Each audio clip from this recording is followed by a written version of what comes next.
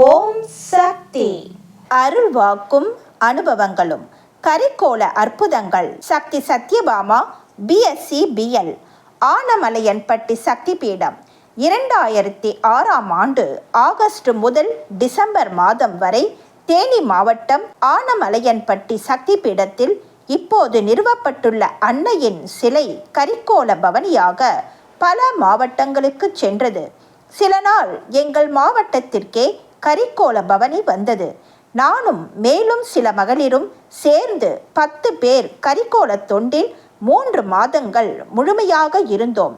அப்போது எங்களுக்கு கிடைத்த அனுபவங்கள் அற்புதமானவை, எங்கள் வாழ்நாளில் மறக்க முடியாதவை. எங்களுக்கு கிடைத்த சில அற்புதங்கள் அனுபவங்கள் வேறு சில பக்தர்களுக்கும் பொதுமக்களுக்கும் கிடைத்தன. இந்த கலியுகத்தில், கம்ப்யூட்டர் யுகத்தில் இப்படியும் நடக்குமா, சத்தியமா என எல்லோரும் வியப்பால் மூக்கின் மேல் விரல் வைத்தனர். கற்சிலையில் இப்படியெல்லாம் அற்புதம் நடக்குமா? நடக்கும், நடந்தது. நேரில் கண்டவர்கள் நாங்கள். அதிகாலை அன்னைக்கு அபிஷேகம் செய்வோம். அப்பொழுது ஒரு விழி திறந்து இன்னொரு விழி மூடிய நிலையில் காட்சி கொடுப்பாள். அபிஷேக தீர்த்தம் வாய்க்குள் சென்று விடாமல் உதடுகளை குவித்து வைத்து காட்டுவாள். அபிஷேகம் முடிந்து அடுத்து அன்னைக்கு அலங்காரம் செய்ய தொடங்கினோம். கழுத்தில் தங்கச்சங்கிலி அணிவிக்கும் பொழுது அம்மா தன் கழுத்தை அசைத்து காட்டுவாள். இடுப்பில் ஒட்டியானம் அணிவிக்கும் பொழுது மானிட பெண் போல இடுப்பை நெளிப்பாள். விடியற் காலை அபிஷேகத்தின் போது தன் இதழ்களை திறந்து மந்திரம் படிப்பது போல முணுமுணுப்பது தெரியும். ஒரு முறை இரவு 10:30 மணி அளவில் ஒரு வீட்டில் அம்மாவிற்கு அபிஷேகம் நடைபெற்று கொண்டிருந்தது. அப்போது தெருவில் நின்றபடி பக்தர்கள் அபிஷேகத்தை பார்த்து தரிசித்துக் கொண்டிருந்தார்கள். அப்போது கூட்டத்தில் இருந்து ஒரு ஒளி புறப்பட்டு கரிக்கோள அம்மாவின் நெற்றியில் பட்டு பிரதிபலித்தது. கூட்டத்தில் எங்கிருந்து இந்த ஒளி வருகிறது என்று பார்த்தோம். அந்த இரவு நேரத்தில் மேல்மருவத்தூரில் இருக்கும் நம் குரு அம்மா வெள்ளை சட்டை சிவப்பு வேட்டி அணிந்த நிலையில் கூட்டத்தின் நடுவில் நின்று கொண்டிருப்பதை பார்த்தோம். கூட்டத்தின் நடுவே நின்று கொண்டிருந்த நம் குரு அம்மாவின் கண்களில் இருந்துதான் அந்த ஒளி கரிக்கோள அம்மாவின் நெற்றியில் பட்டு பிரதிபலித்தது. அந்த அற்புதத்தை மகளிர் சக்திகளாகிய நாங்கள் நேரிலேயே கண்டு ஆனந்த பரவசம் அடைந்தோம். அபிஷேகம் முடித்து அலங்காரம் எல்லாம் செய்து முடித்து திரையை விலக்கி அம்மாவை எதிரே நின்று அலங்காரத்தை ரசிப்போம். அப்போது அம்மா மூச்சு விடுவதும் அவள் நெஞ்சு மேலும் கீழுமாக இறங்குவதும் தெரியும். பல நாள் இப்படி பார்த்திருக்கிறோம். பெண்கள் கருவறைக்குள் செல்லக்கூடாது, அவர்களுக்கு மாதவிலக்கு என இருப்பதால் தீட்டுப்பட்டுவிடும், அதனால் பூஜைக்கு பங்கம் ஏற்பட்டு நாடு நாசமாகிவிடும் என்று இதுவரை பழமைவாதிகள் பெண்களுக்கு தடை ஏற்படுத்தி வந்தார்கள். மேல்மருவத்தூர் அம்மாதான் பெண்களை ஆன்மீக வழியில் உயர்த்துவதை ஒரு நோக்கமாக கொண்டு அவதாரமாக வந்தாள். மற்றவர்கள் ஏற்காவிட்டால் என்ன, நான் ஏற்றுக்கொள்கிறேன்.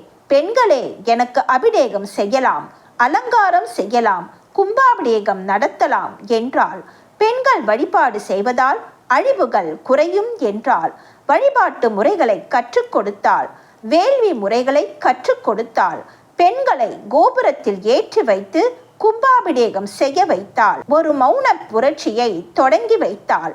பெண் பிறவி பாவம் அல்ல, பெண் படைப்பில் தான் பராசக்தி தத்துவமே அடங்கி இருக்கிறது என்றால், ஆகம விதிகளுக்கு அப்பாற்பட்டவள் இந்த ஆதிபராசக்தி என்று பிரகடனப்படுத்தினாள். கரிக்கோள அம்மா எங்கள் அபிஷேகத்தையும் நாங்கள் செய்த அலங்காரத்தையும் ஏற்றுக்கொண்டு பற்பல அற்புத காட்சிகளை வழங்கினாள்.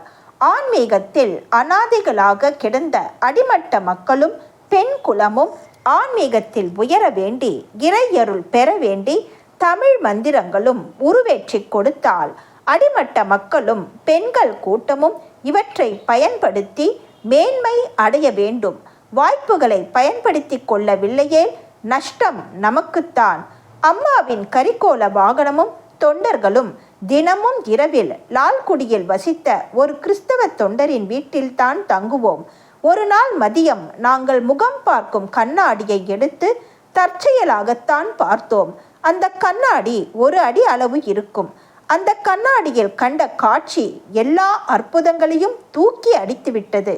ஆம், அந்த கண்ணாடியின் இடப்புறம் அதர்வன பத்ரகாளி தன் கரத்தில் எலுமிச்சம்பழம் குத்திய சூலத்துடன் தெரிகிறாள்.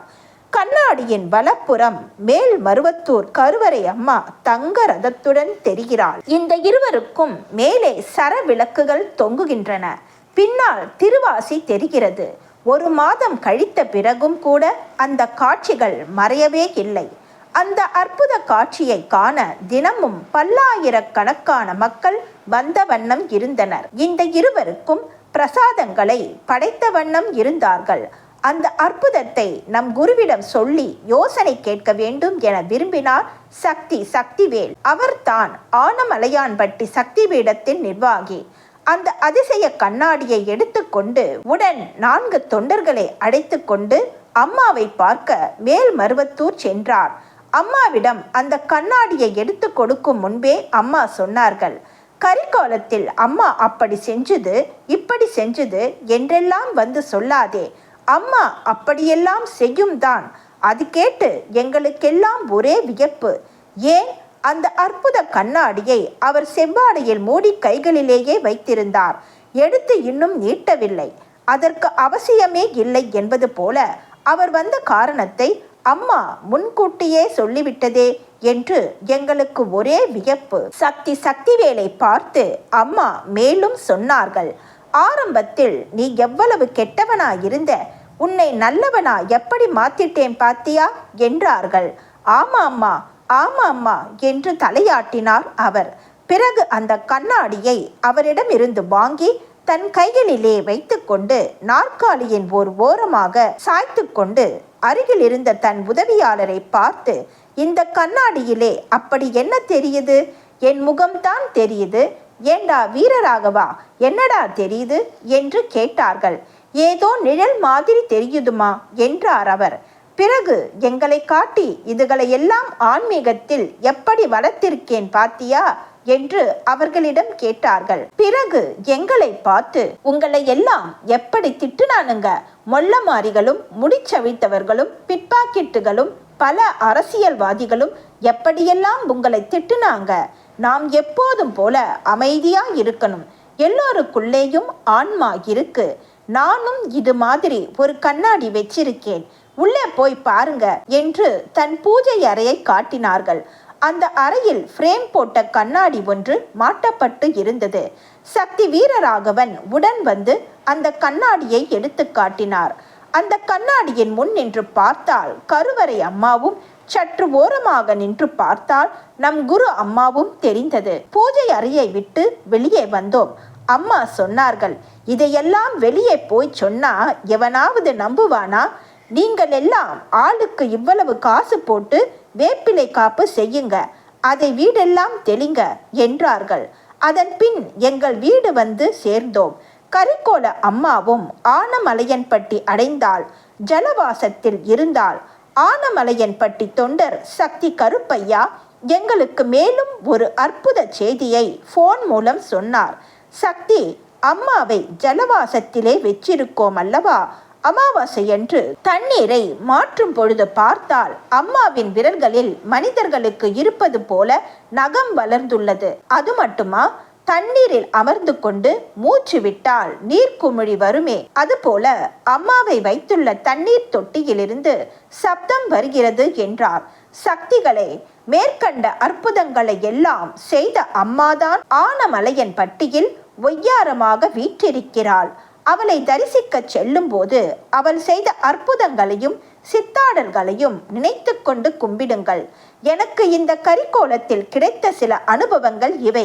ஓம் சக்தி. ஆன்மீக துறையில் நடந்து போன பழங்கதைகளையே பேசிக்கொண்டிருக்காதே.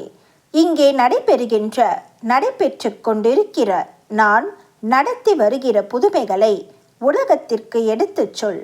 அவற்றையே அடிக்கடி நினைத்து பழகு. அன்னையின் அருள்வாக்கு. Please share and subscribe. ஓம் சக்தி.